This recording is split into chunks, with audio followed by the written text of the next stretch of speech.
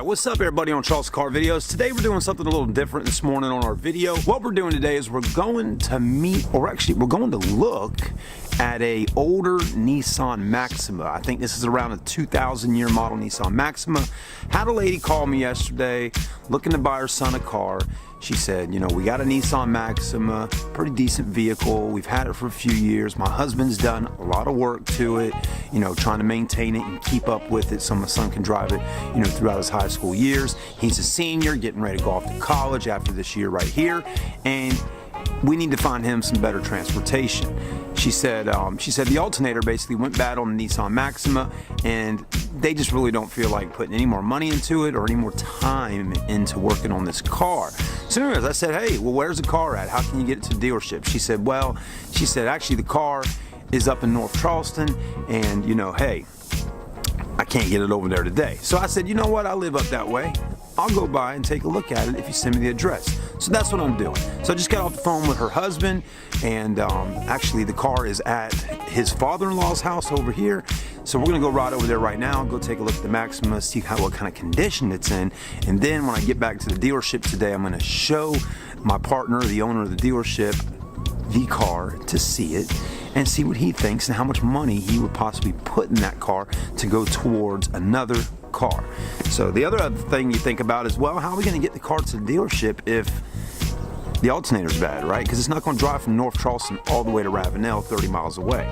Well, according to Dad, he says, hey, I got USA car insurance and I might be able to get them to tow the vehicle out there. So that's what I'm hoping for, because a tow trip from here to out there could be anywhere from $100 to $150 to tow that car 30 plus miles away. All right, let's go see it.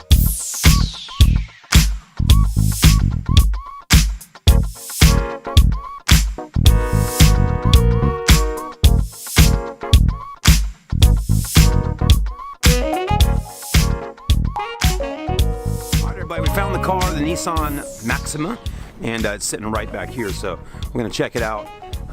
His grandfather's going to crank it up for us, let us hear it running, and yeah, let's check it out. We might be able to buy this car and fix it up a little bit and see, you know, what we can do with it.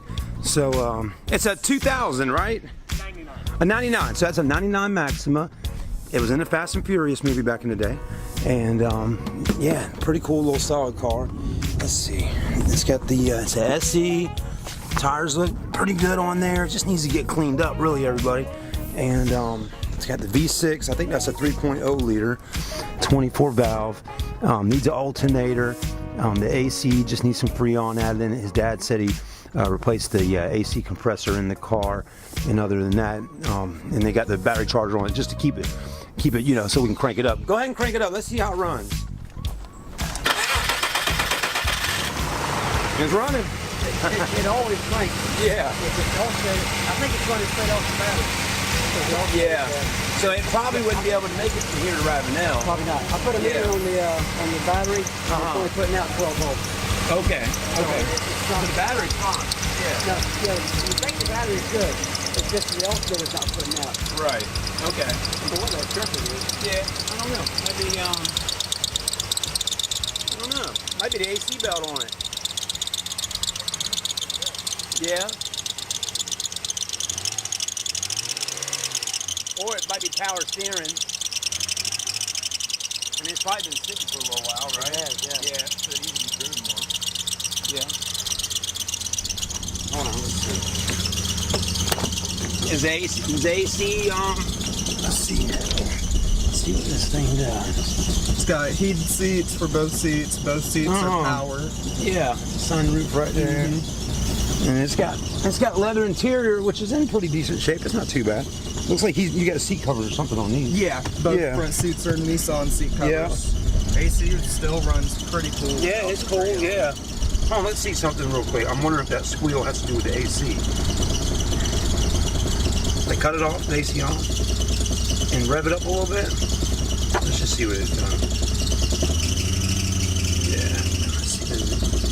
Sometimes power steering make that noise. I don't know what that is squealing under there. Hang with us. All right, everybody, we're all done looking at the Nissan Maxima. You know, not a bad car, really. You know, it just needs some work. It needs an alternator, like you said, and it needs a good cleaning. But I mean, hey, I mean, what do you expect with older vehicles, right? The older cars get old, and things break on them. So, you know, like his dad was telling me, he's like, I've been putting a lot of time and efforts into this car over the last few years while he's been driving it, and I'm just, you know, just tired of messing with it. And I mean, realistically here, to do the alternator on that car, it's a pain in the butt. I mean, from what his grandfather was saying out there, he said you gotta go through the fender well and all these different things just to get that alternator out of there. So it really, like I said to them, it's that V6. You know, Nissan put a big motor in the car, in a small car, really. It's, you know, cars back in the, you know, late 90s and 90s in general were they're just small cars. Cars have gotten bigger, and they jammed a big V6 24 valve up under the hood, so it makes it extremely tight to get into that engine and get work done. So I definitely get it with his dad, just being tired of it, not wanting to deal with it anymore. And you know, hey, the car's only worth so much, right? You know, our dealership might offer them $500 for the car, and you know, we'd have to get it towed and then have to fix it and then try to sell it for $1,500, somewhere right around there.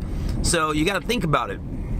You know, is it worth paying $500 for that car and then putting money into it? Before you know it, after cleaning and getting it running and putting Freon in and whatever else, you got $1,000 in the car. Then you got to try to sell it and at least get your money back and make a little bit of profit.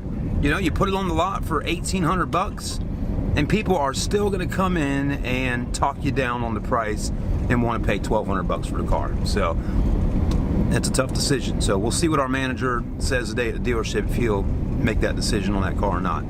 I think it's going to all really depend on what vehicle these folks are going to buy from us.